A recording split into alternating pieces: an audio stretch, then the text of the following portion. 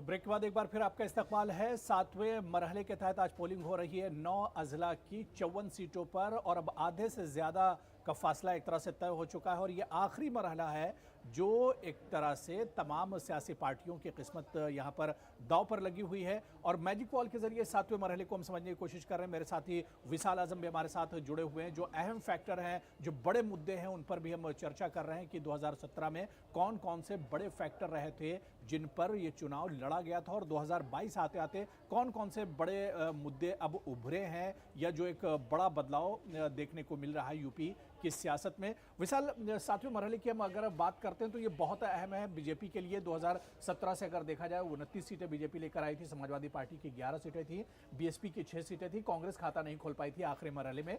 तो इस एतबार से तो अहम है सीटों के एतबार से अगर हम बात करें, लेकिन इसके अलावा अगर हम बात करते हैं बीजेपी की तो बीजेपी के लिए इस वजह से भी बहुत अहम है कि यहाँ पर वज़ीर आज़म नरेंद्र मोदी साहब का पार्लिमानी हल्का भी बनारस भी आता है जहाँ पर वोटिंग होती है। तो कुछ फैक्टर्स पर हमने ब्रेक पर जाने से पहले बात की थी और कुछ फैक्टर्स पर हम और बात करते हैं और सब इसमें एक चीज दरअसल खाली आपको बताना चाहूंगा कि ये जो बीजेपी को हम 29 सीटें बता पा रहे हैं इसमें दरअसल बीजेपी ने अकेले ये बीजेपी का अपना डेटा है, लेकिन इसमें जो आप देख रहे हैं कि आदर्श 8, इस आदर्श 8 में सुभाषपा है, सुहेलदेव भारतीय समाज पार्टी, कोशिश करते हैं और बीजेपी की पार्टियां भी आ जाए इसमें। नहीं, बीजेपी की बिल्कुल मैं बताता हूँ। और उसमें आदर्श 8 में सुभाषपा भी और उसमें वो अपना दल भी है जी। और उनमें से यानी कि जो उनके साथ इत्तेहाद में ये दोनों पार्टियां थी तो इनको मिलाकर उनकी सीटें कुल 36 सीटें थी जी।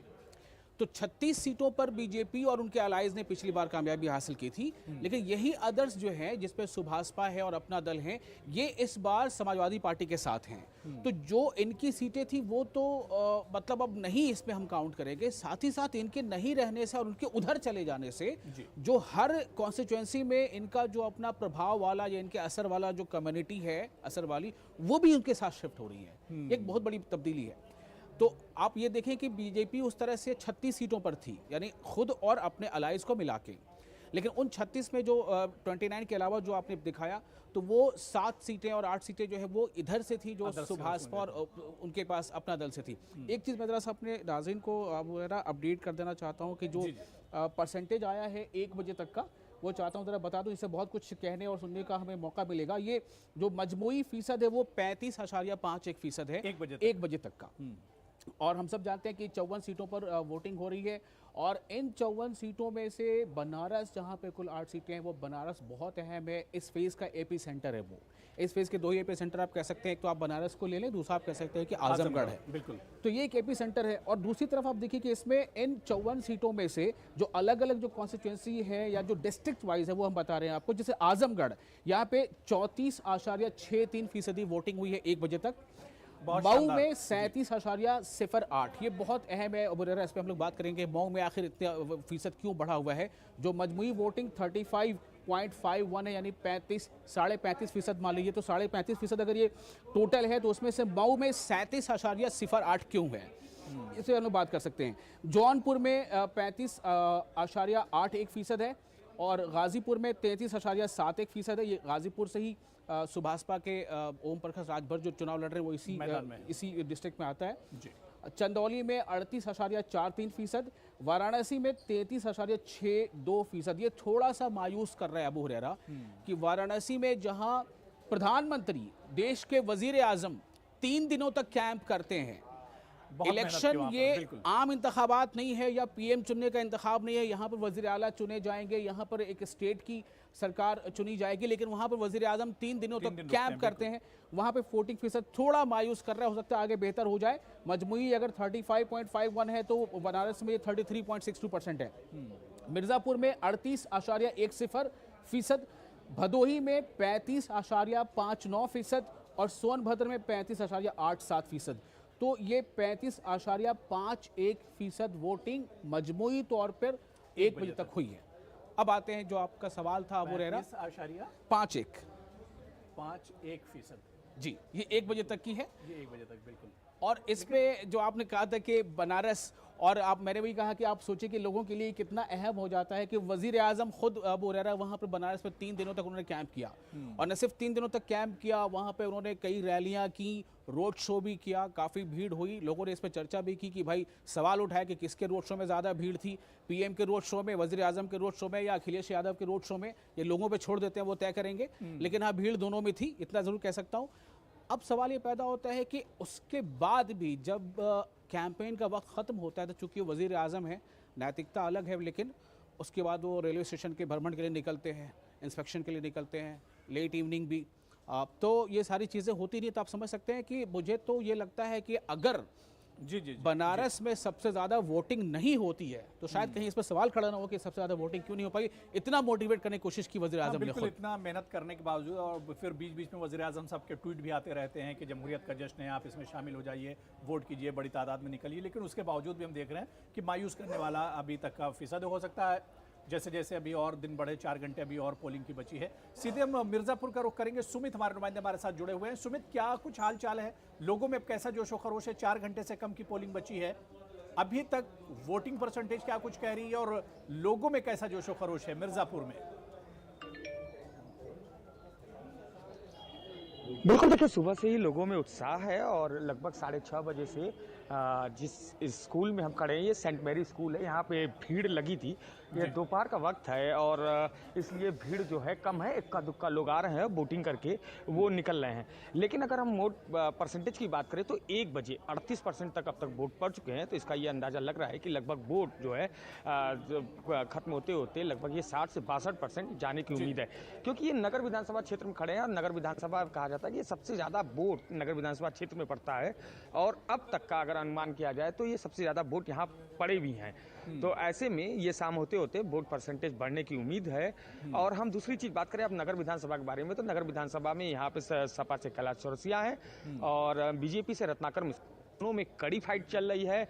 रत्नाकर मिश्रा जो है वो 2017 में विधायक थे और दोबारा उनको बीजेपी ने अपना प्रत्याशी घोषित किया है। और कैलाश चौरसिया की बात करें तो 3 बार विधायक रह चुके हैं और वो मंत्री भी थे उत्तर प्रदेश सरकार में। सपा में उनकी एक अच्छी पैठ है और व्यापारियों में भी उनकी बताया जाता है कि अच्छी पैठ है, तो दोनों में टफ मुकाबला है। मिर्जापुर अगर ओवरऑल हम बात करें तो मिर्जापुर में 5 विधानसभा क्षेत्र हैं, 5 में से जो है अगर हम चुनार की बात करें तो वहाँ पर अपना दल कमेरावादी जो कि सपा से गठबंधन है पल्लवी पटेल का, उनके और बीजेपी के अनुराग पटेल में कड़ी टक्कर है। और अगर हम मरिहान में बात करें तो यहाँ पे रमाशंकर पटेल हैं जो ऊर्जा राज्य मंत्री हैं, वो यहाँ पर मैदान में है। लेकिन मरिहान की एक दिलचस्प ये बात हम आपको बता दें कि मरिहान में सपा और अपना दल कमेरावादी जो कि दोनों से गठबंधन दोनों में गठबंधन है, उसके बाद दोनों ने अपने यहाँ प्रत्याशी उतार दिए हैं, जिसका बेनिफिट बीजेपी के रमाशंकर पटेल को मिल रहा है। दूसरी चीज अगर हम मझवा विधानसभा की बात करें तो मझवा विधानसभा में विनोद बिंद है, जो विनोद बिंद अखिलेश यादव के काफी करीबी बताए जाते थे, और लेकिन उनको टिकट किन कारण से नहीं मिला, तो वो निषाद पार्टी जो कि बीजेपी से गठबंधन है उनको ज्वाइन करते हैं। वहां मिर्जापुर इस एतबार से बहुत अहम है कि ये 2 सिटिंग मिनिस्टर जो है, सिटिंग मिनिस्टर, वो उनकी किस्मत दांव पर लगी हुई है। बिल्कुल, देखिए मिर्जापुर में ऊर्जा राज्य मंत्री हैं, तो ऐसे में उनकी साख दांव पे है। दूसरी बड़ी बात कि यहाँ से पटेल ये बाहुल्य क्षेत्र है, यहाँ पे अनुप्रिया पटेल केंद्र में मंत्री हैं। दूसरा चीज जनरल सेक्रेटरी राष्ट्रीय महासचिव अरुण सिंह वो मिर्जापुर के हैं। राजनाथ सिंह जो रक्षा मंत्री हैं वो मिर्जापुर में ही राजनीति की शुरुआत की, वो यहीं से पढ़ाई भी किए थे, यहीं पे वो लेक्चरर भी थे। तो कहीं न कहीं कुल मिलाकर के, और दूसरी बड़ी बात ये काशी संसदीय जो मोदी जी का संसदीय क्षेत्र है, वहाँ के ये करीब है, बगल का ये क्षेत्र है, और माँ विंध्यवासिनी की नगरी है जहाँ पे योगी आदित्यनाथ का विशेष ध्यान रहता था, क्योंकि ये यहाँ एक बड़ा प्रोजेक्ट,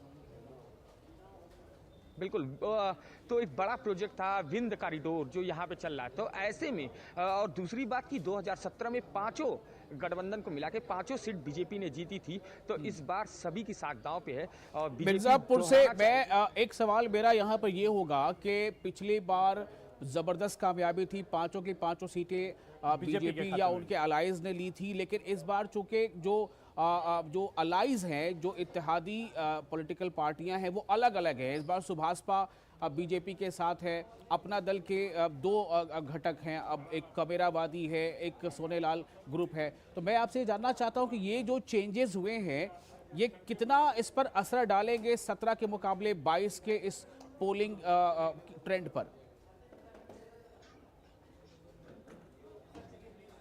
बिल्कुल, देखिए अगर हम मिर्जापुर की बात करें और सीधे अपना दल कमेरावादी जो सपा से गठबंधन है, मढ़ियान से रमाशंकर पटेल हैं और अपना दल कमेरावादी से, इस पे एक बड़ा असर देखने को मिलता और तगड़ी फाइट होती। हो सकता है रमाशंकर पटेल को हार का भी सामना करना पड़ सकता था, लेकिन यहाँ पे सपा ने अपने प्रत्याशी खड़े कर दिए। अपना दल कमेरावादी जो कि सपा से गठबंधन है पूरे प्रदेश में, उन्होंने भी अपना एक प्रत्याशी खड़ा कर दिया, जिससे मंत्री, ऊर्जा राज्य मंत्री की राह आसान कर दी, क्योंकि दोनों लड़ाई लड़ रहे हैं। जो सपा का वोट बैंक है, अपना दल कमेरा का वोट बैंक है, ये वोट बढ़ता गया, ये एक बड़ा असर डाल रहा है यहाँ पर। और दूसरी चीज हम बताएं कि अनुप्रिया पटेल का यहाँ पर प्रत्याशी है राहुल कोल से नाराजगी है लोगों में, क्योंकि उनके पिता ने कुछ जाति के लोगों को कुछ बोल दिया था, जिसके कारण लोगों में नाराजगी है। इसलिए वो कीर्ति कोल जो है यहाँ पे सपा ने खड़ा किया है, उसकी ओर भी ज्यादा रुझान दे रहा है। हालांकि लड़ाई बहुत टफ है, दोनों अपने अपने जीत का दावा जरूर कर रहे हैं। ये तो आने वाला 10 तारीख चलिए, ये तो हमने 17 को कंपेयर किया कि 22 से के 17 में कौन किसकी तरफ था, 22 में क्या हो सकता है। मेरा अब सवाल ये है कि आपने जब इलाके में लोगों से आप मिलजुल के बातचीत कर रहे होंगे या आज वोटिंग ट्रेंड पे नज़र आपकी होगी, आपके सामने क्या लग रहा है कि ये मुद्दा आधारित पोलिंग हो पा रहा है? कौन कौन से ऐसे मुद्दे बड़े हैं जिनके लोग ज़्यादा चर्चा करते नजर आए? देखिए, राजनीतिक पार्टियां जो ज्यादातर होती है वो कास्ट के आधार पर टिकट देती हैं। लेकिन अगर हम मुद्दे पे आ जाएं, अगर हम लोगों से जैसे बात की कि क्या आपका मुद्दा होगा, क्या सोच के इस बार आप वोट देने जा रहे हैं, तो हर कोई का एक ही जवाब था कि विकास के बात पे हम वोट करेंगे इस बार।